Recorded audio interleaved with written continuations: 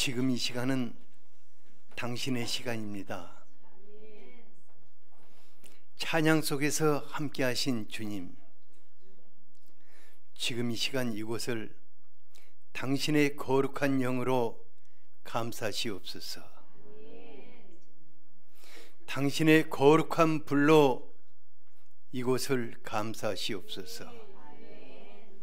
우리 모두가 주님의 임재를 보게 하여 주시옵소서. 특히 오늘 밤 이 나라를 새롭게 하기 위해서 우리가 모였습니다.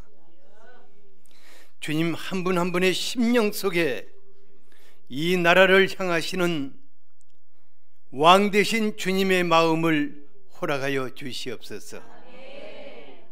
그리고 우리가 기도할 때 당신의 놀라운 영광이 나타나게 하여 주시기를 원합니다. 사랑하는 주님, 우리는 당신의 백성들입니다. 그리고 우리는 이 시대를 섬겨야 할 왕 같은 제사장들입니다. 이 밤에 성령의 권능으로 우리에게 임하시옵소서. 이곳에 모인 자들을 복되게 하여 주시옵소서. 이 나라의 주인들이 되게 하여 주시옵소서. 사는 날 동안 나라를 복되게 하시는 주님의 그 놀라운 축복이 오늘 밤 당신의 종들에게 임하시기를 원합니다. 오늘 밤 성령 하나님 우리에게 말씀하여 주시옵소서. 우리가 그대로 행하겠습니다. 예수 그리스도 이름으로 기도하였습니다. 아멘. 사무엘상 10장 19절에서 27절 그리고 11장 14, 15절을 같이 한번 읽겠습니다. 시작. 너희를 모든 재난과 고통 중에서 친히 구원하여 내신 너희의 하나님을 오늘 버리고 이르기를 우리 위에 왕을 세우라 하는도다. 그런즉 이제 너희의 지파대로 1000명씩 여호와 앞에 나오라 하고 사무엘이 이에 이스라엘 모든 지파를 가까이 오게 하였더니 베냐민 지파가 뽑혔고 베냐민 지파를 그들의 가족별로 가까이 오게 하였더니 마드리의 가족이 뽑혔고 그 중에서 기스의 아들 사울이 뽑혔으나 그를 찾아도 찾지 못한지라. 그러므로 그들이 또 여호와께 묻되 그 사람이 여기 왔나이까? 여호와께서 대답하시되 그가 진보다리들 사이에 숨었느니라 하셨더라. 그들이 달려가서 거기서 그를 데려오매 그가 백성 중에 서니 다른 사람보다 어깨 위만큼 컸더라. 사무엘이 모든 백성에게 이르되 너희는 여호와께서 택하신 자를 보느냐? 모든 백성 중에 짝할 리가 없느니라 하니 모든 백성이 왕의 만세를 외쳐 부르니라. 사무엘이 나라의 제도를 백성에게 말하고 책에 기록하여 여호와 앞에 두고 모든 백성을 각기 집으로 보내매 사울도 기브아 자기 집으로 갈 때에 마음이 하나님께 감동된 유력한 자들과 함께 갔느니라. 어떤 불량배는 이르되 이 사람이 어떻게 우리를 구원하겠느냐 하고 멸시하며 예물을 바치지 아니하였으나 그는 잠잠하였더라. 사무엘이 백성에게 이르되 오라 길갈로 가서 나라를 새롭게 하자. 모든 백성이 길갈로 가서 길갈에서 여호와 앞에 화목제를 드리고 사울과 이스라엘 모든 사람이 거기서 크게 기뻐하니라. 이게 빔이 새롭게 회복된 것 같은데 깨끗하네요. 제가 오늘 저녁 이 말씀을 이렇게 쭉 준비할 때 주님이 저에게 한 감동을 주셨어요. 뭐냐면은 오늘 이 밤 이 나라를 새롭게 하기 위해서 기도하기 위해 오신 여러분들의 삶 속에 주님이 놀라운 축복을 하실 것입니다. 그리고 오늘 여러분들이 기도하실 때 주님께서 새롭게 만나 주시고 또 여러분들의 심령 속에 새로운 주님의 나라를 열어가실 것입니다. 오늘 저녁이 참 중요합니다. 이 나라가요 그 국정농단 세력들로 인해서 참 만증창이가 되고 혼란에 혼란을 거듭하고 마침내 대통령이 탄핵을 당해서 감옥으로 끌려갔어요. 어둠의 세력이 이 나라를 촛불과 태국길로 갈라놓고 백성들의 마음을 갈기갈기 찢어 놓아서 상처투성이가 되게 했어요. 이거 쭉 지켜보면서 이건 사람이 하는 일이 아니다 하는 생각이 들었습니다.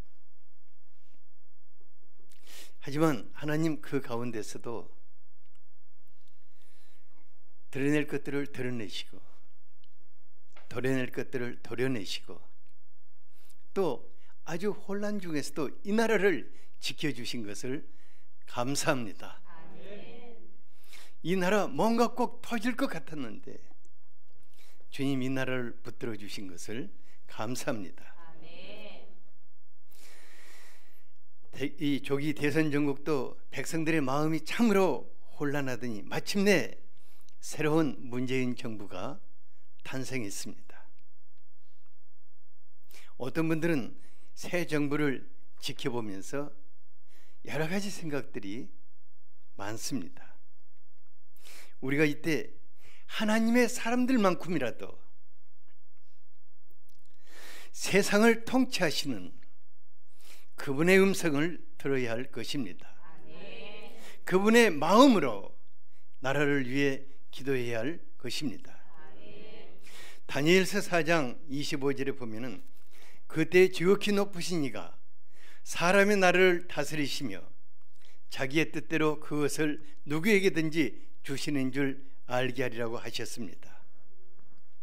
하나님께서 사람이 지배하고 있는 나라를 다스린다고 하셨습니다. 절대 군주가 있고 막강한 권력을 행사하는 대통령이 있는데 하나님이 이 나라를 다스린다고 하셨습니다. 바벨론 왕국의 절대 군주인 느부갓네살도 하나님이 내쫓을 수 있으시고 그를 연단시켜서 새롭게 세우실 수도 있다고 하였습니다.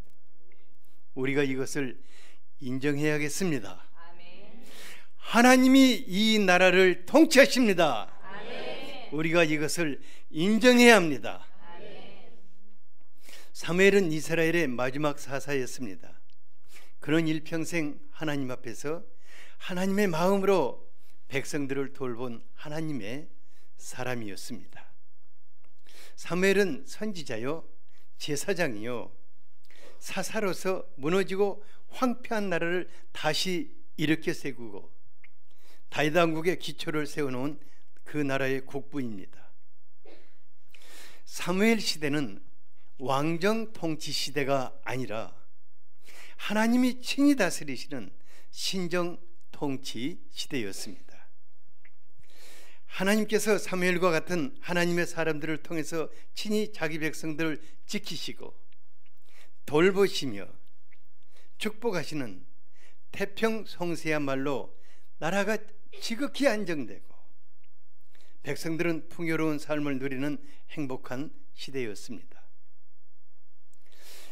하지만 사무엘이 나이가 늙어서 그 아들들이 대를 이어 사사가 되었을 때 하나님이 친히 다스리는 나라에 대한 불만을 품는 사람들이 많이 생겨났습니다. 사무엘상 8장 5절에 보면은 이스라엘 장로들이 나라를 위해서 기도하는 대신에 사무엘에게 당신은 늙었고 당신의 아들들은 당신만 못하니까 다른 모든 나라와 같이 우리에게 왕을 세워 우리를 다스리게 해달라고 압력을 가했습니다. 사실 그들이 원하는 것은 사무엘보다 더 나은 하나님의 사람을 왕으로 원한 것이 아니었습니다. 그들은 하나님이 통치하시는 나라가 싫었습니다. 다른 나라와 같이 왕정 체제를 세우고 또 다 한 자리씩을 차지하여서 권세를 누리고 싶었습니다. 하나님은 백성의 장로들의 마음을 다 아셨어요. 하지만 마음이 상할 대로 상해버린 사무엘에게 그들의 말을 듣고 왕을 세우도록 하였습니다. 7절을 같이 한번 읽어보죠. 예. 시작. 7절. 예.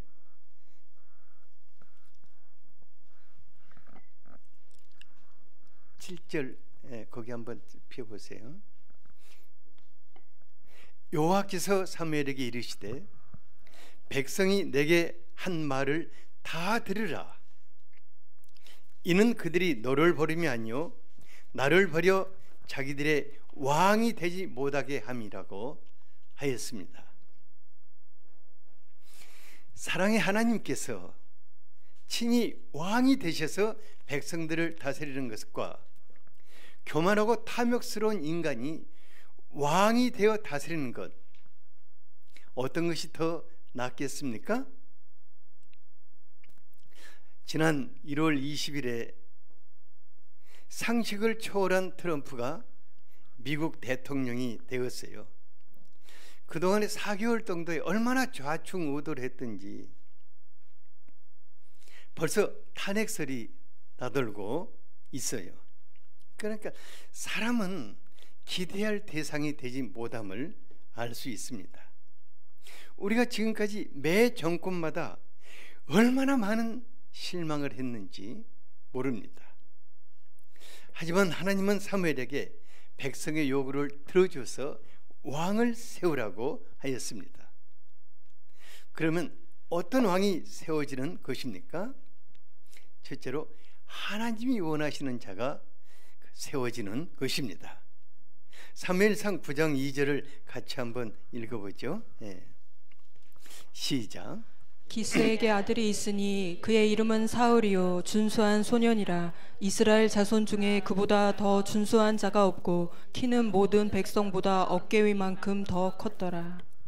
예, 하나님이 그래도 이스라엘 백성들 중에서 꽤 괜찮은 사람을 왕으로 택하시고자 하였습니다. 어느 날 사울이 잃어버린 암나귀를 찾으려고 다니고 있을 때 하나님께서 그를 사무엘이 있는 곳으로 이끌고 인도해 오셨어요. 그리고 사무엘이 사울을 보는 순간에 하나님께서 그에게 보라, 이건 내가 내게 말한 사람이니 이가 내 백성을 다스리라고 하시고 그의 머리에 기름을 부어 이스라엘의 초대 왕으로 세우신 것입니다. 하지만 이 일이요, 누구만 알고 있는 일이었습니까? 하나님과 사무엘과 또 사울만 알고 있는 일이었습니다. 많은 장로들이 다 내가 왕이 되고 싶어 하는데 그 젊은 사울을 왕으로 인정하여 받아들일 리가 없을 것입니다. 그래서 하나님께서 백성들이 거부할 수 없을 정도로 매우 공정한 선출을 하도록 하였습니다. 그리고 이스라엘의 12지파의 모두에게 아주 공정한 기회를 주시고자 하셨습니다. 10장 19절에 보니까 이스라엘의 각 지파 속에서 1000명씩을 추천하여서 하나님 앞에 세우도록 하였습니다. 그게 총 몇 명이죠?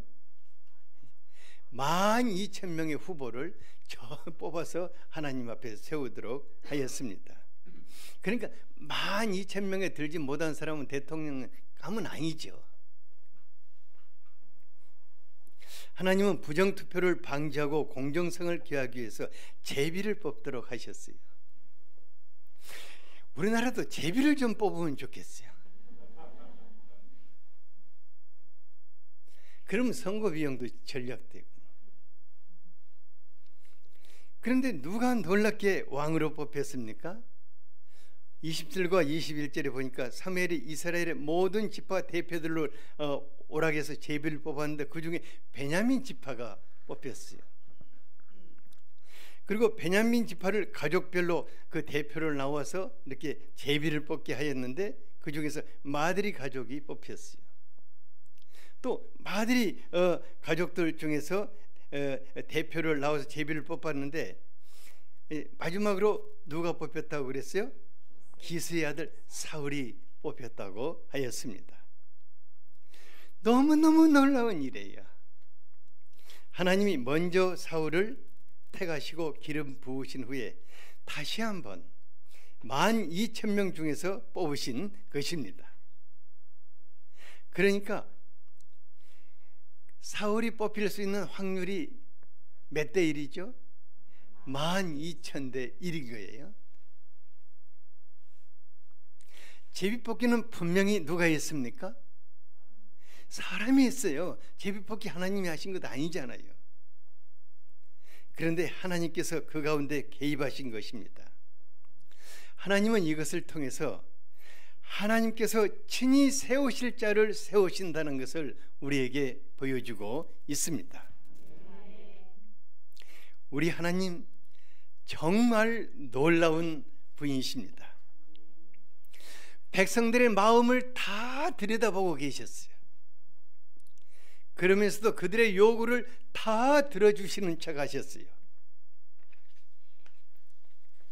하지만 마지막 선택은 누가 하신 것입니까? 하나님이 그 뜻대로 행하신 것을 볼 수가 있습니다. 잠언 19장 21절에 보니까 사람의 마음에는 많은 계획이 있어도 오직 여호와의 뜻만이 완전히 서리라고 하였습니다. 아멘.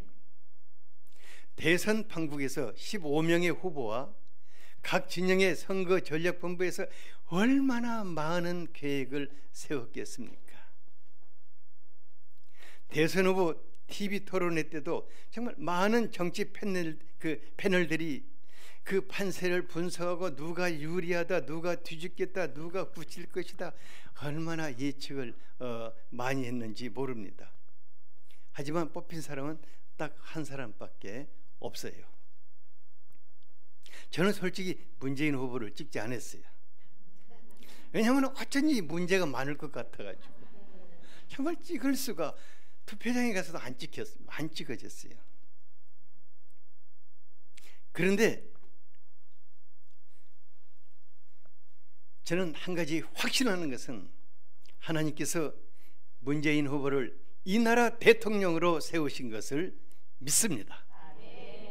그래서 그가 대통령으로 뽑힐 때 한없이 축하를 해주고 박수를 보내주고 하나님의 이름으로 그를 축복해 주었습니다. 로마서 13장 1절을 같이 한번 읽어보겠습니다. 시작. 각 사람은 위에 있는 권세들에게 복종하라. 권세는 하나님으로부터 나지 않음이 없나니 모든 권세는 다 하나님께서 정하신 바라. 권세는 하나님으로부터 나지 않음이 없나니 모든 권세는 하나님이 정하신 것이라. 아멘. 여러분들에게 제가 한 가지 묻고 싶어요. 문재인 대통령을 대통령으로 누가 정하신 것입니까? 하나님. 진짜 하나님이 정하신 것입니까? 아멘. 그렇다면 이제 우리가 누구를 지지했든 누구를 거부했든 하나님이 친히 세우신 새로운 대통령을 마음으로 인정합시다. 아멘. 그를 축복합시다. 성공하는 대통령이 되도록 그를 기도로 지원해야겠습니다. 아멘. 그래서 우리가 그분의 당선을 다 같이 한번 축복하는 마음으로 박수를 한번 칩시다. 하나님의 사람들은 하나님의 뜻을 영접해야 합니다. 아멘. 그리고 그 다음으로 해야 할 일이 있습니다. 둘째로 우리가 나라를 새롭게 하는 것입니다. 하나님이 뽑으신 사울은 스스로 자신을 낮추고 숨기는 겸손한 사람이었어요. 이스라엘 중에 가장 괜찮은 사람이었어요. 23, 24절에 보니까 풍채도 좋고 모든 백성 중에 그와 짝할 만한 사람이 없었다고 하였습니다. 백성들이 기뻐하며 사울왕 만세를 외쳐 불렀습니다. 그런데 놀랍게 그렇지 못하는 사람들이 많이 있었어요. 27절에 보니까 어떤 불량배들은 사울을 비웃으며 이 사람이 어떻게 우리를 구원하는 왕이 될 수 있는가 하고 멸시하여서 애물을 준비했다가 다시 가지고 집으로 가버렸어요. 하나님께서 사울을 왕으로 세우셨지만은 백성들의 마음은 취임식도 하기 전에 양분되어 버렸습니다. 어쩌면 이것이 인간 세상의 모습이 아닌가 싶습니다.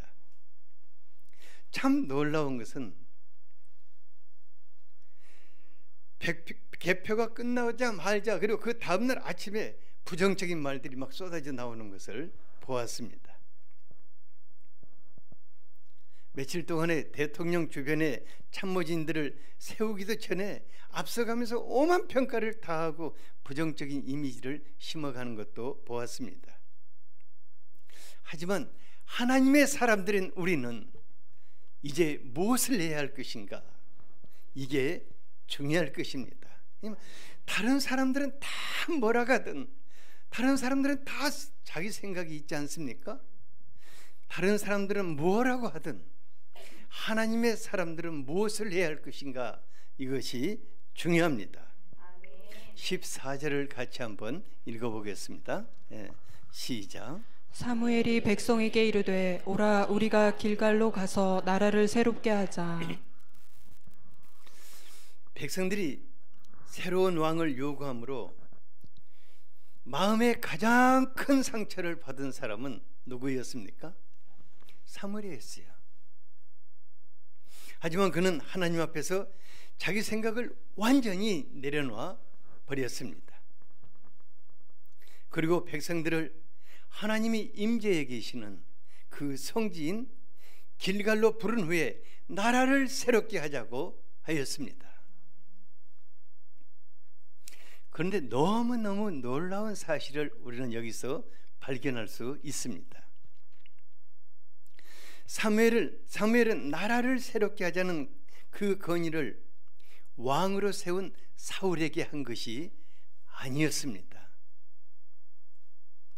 백성들을 향해서 우리가 나라를 새롭게 하자고 그들에게 격려를 하였습니다. 여기서 나라를 새롭게 하는 주체가 통치권자나 그 주변의 실세나 아니면 사정기관들이 아님을 알 수가 있습니다.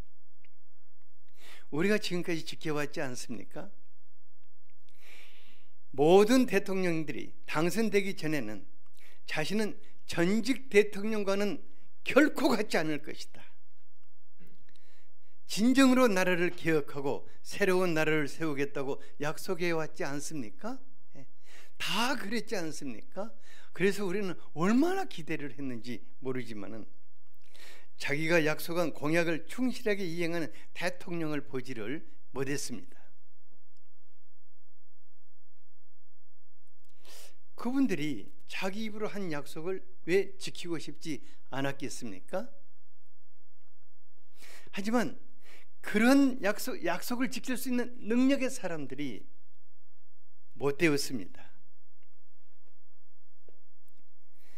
또 그것 좀 해보려고 그러면은 야당이 발목을 잡아서 막 끌어당기고 이상한 세력들이 그걸 가로막았지요.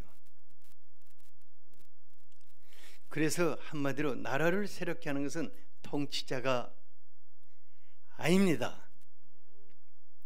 통치자는 부패하지 않고 자기 주변 관리만 잘해도 그는 임기 말에 박수받고 나갈 것입니다. 우리가 그 이상을 기대할 필요는 없습니다. 나라를 새롭게 하는 것은 누구입니까? 그 주체는 왕 되신 하나님입니다. 그리고 그 하나님의 백성들인 것입니다. 세상 나라를 다스리는 분은 하나님이십니다. 그리고 우리는 그 나라를 새롭게 해 나가야 할 하나님의 백성들인 것입니다. 15절을 같이 한번 읽어보겠습니다. 시작. 모든 백성이 길갈로 가서 거기서 여호와 앞에서 사울을 왕으로 삼고 길갈에서 여호와 앞에 화목제를 드리고 사울과 이스라엘 모든 사람이 거기서 크게 기뻐하니라. 사울은 하나님 앞에서 사무엘은 하나님 앞에서 사울을 왕으로 삼고 화목제물을 드렸다고 하였습니다. 사무엘이 이렇게 한 것은 사울을 기대해서 그렇게 한 것은 아니었습니다. 그 사무엘이 얼마나 놀라운 사람이었습니까? 그 눈에 양이 착했습니까? 아주 피라미 같은 젊은이였습니다. 하지만 그를 왕으로 세우신 하나님의 주권을 인정하고 나라와 백성들이 하나님의 다스림 가운데 있기를 바라는 간절한 갈망 가운데 화목제물을 하나님께 드린 것입니다. 이 말씀을 준비하면서 오늘날 우리가 하나님 앞에서 나라를 새롭게 하기 위해서 할 수 있는 일이 무엇일까 생각해 보았어요. 대통령을 날마다 조창기도에 초대해가지고 예배를 드리는 것이겠습니까? 아니면 대통령이 하는 일들을 이것저것 파헤치면서 비판하는 일이겠습니까? 그런 일은 장로님이 대통령이 되어도 나라를 새롭게 하는 것을 보지 못했습니다. 하나님 앞에서 나라를 새롭게 하는 것은 하나님의 백성들의 목인 것입니다. 아멘. 이 나라를 새롭게 하는 것은 하나님의 백성들인 우리들의 목인 것입니다. 아멘. 베드로전서 2장 9절에 보면 예수님은 우리를 왕같은 제사장들로 삼으셨다고 하였습니다. 같이 한번 읽어보죠. 시작. 그러나 너희는 택하신 족속이요 왕같은 제사장들이요 거룩한 나라요 그의 소유가 된 백성이니 이는 너희를 어두운 데서 불러내어 그의 기이한 빛에 들어가게 하시니에 아름다운 덕을 선포하게 하려 하심이라. 여러분들이 누구이라고 했습니까? 택하신 족속이라고 하였습니다. 왕같은 제사장들이라고 하였습니다. 거룩한 나라라고 하였습니다. 그의 소유된 백성이라고 하였습니다. 아멘. 얼마나 존귀한 사람들입니까? 아멘. 우리가 그렇게 시시한 사람들이 아닙니다. 아멘. 하나님이 보실 때 여러분들을 대통령보다 더 존귀한 자들로 보시는 것입니다. 아멘. 그래서 하나님이 대통령에게 이 나라를 새롭게 하라고 하신 것이 아닙니다. 그의 백성들에게 이 나라를 새롭게 하라고 명하시는 것입니다. 그러므로 우리가 하나님의 이 음성을 들어야겠습니다. 하나님, 새로 세운 대통령을 당신의 장중에 붙드소서. 우리가 그를 경고하게 해달라고 기도해야 할 것입니다. 어떠한 악한 세력도 그를 흔들지 못하도록 기도해야 할 것입니다. 그 주변에 얼마나 기회를 노리고 있는 사람들이 많겠습니까? 하나님 그들 속에서 그를 붙들어 주시도록 기도해야 할 것입니다. 이 나라의 미래와 이 백성의 운명이 하나님께 있습니다. 우리나라는 내적으로 풀어야 할 문제가 얼마나 많이 산적해 있습니까? 가장 먼저 찢기고 상한 백성들의 마음 어떻게 묶어 나갈 수 있겠습니까? 정말 심각한 남북관계 어떻게 풀어나갈 수 있겠습니까? 대통령 탄핵당하니까요 미국, 중국, 일본, 러시아 정말 우리나라 우습게 보는 거 보지 않았습니까? 가지고 노는 거 보지 않았습니까? 정말 심각해요. 정말 심각한 경제, 일자리 문제 대통령이 그거 어떻게 풀어나갈 수 있겠습니까? 우리가 하나님 앞에서 왕같은 제사장들로서 이 나라의 심각한 문제를 우리 가슴에 품어야겠습니다.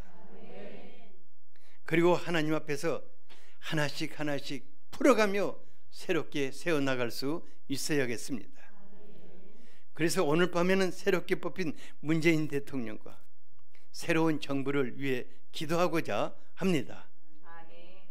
하나님께서 청와대 그 참모진들과 내각들을 새롭게 세우시고 대선에서 물고 찢고 만증창이가 되어버린 이 백성을 새롭게 치유하시고 회복시켜 주시도록 우리가 기도해야겠습니다.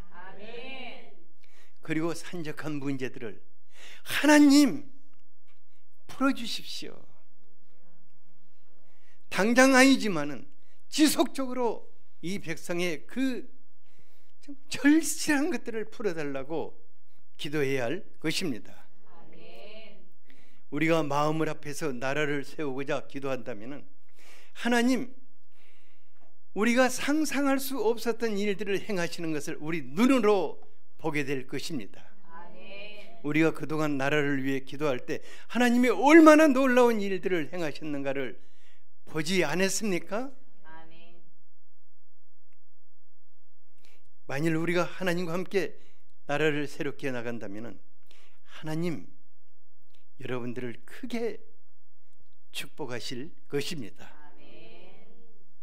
우리 각 사람을 이 나라의 주인들이 되게 하시며 하나님의 영광이 되게 하실 것입니다. 또 이 정부가 끝나고 또 다음 새로운 정부가 또 들어서고 또 다음 새로운 정부가 들어실지라도 우리가 하나님 앞에서 나라를 세우는 자가 된다면 우리 평생 이 나라의 주인들로 살게 하실 것입니다. 그리고 우리는 어떤 일이 생겨도 기도하자고 할 것입니다. 우리가 저번에도 기도하니까 됐지 않냐고 또 기도하자고 할 것입니다.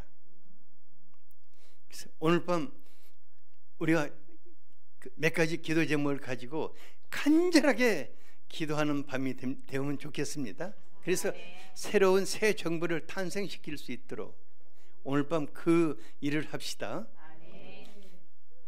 오늘 저기 프로젝션을 띄워줄 수 있죠? 기도 제목 잘 보입니까? 네. 그리고 맨 끝에는 무엇을 위해 기도해주냐, 그 기도 제목이 안 나와 있는데 맨 끝에 하나 서주는 것은 우리 4주간의 성령의 계절을 이제 다음 주부터 4주간 동안 성령의 계절 들어가서 성령 하나님의 그 새로운 세계로 우리가 들어가 보고자 준비하고 있습니다. 그래서 하나님 우리에게 놀라운 성령의 계절을 가져다 두시고 그 속에서 그 계절의 아름다운 성령의 열매를 맺어갈 수 있도록 간절하게 기도해 주시기를 바랍니다. 그러면 최 목사님 나오셔서 기도 인도해 주시겠습니다. 예.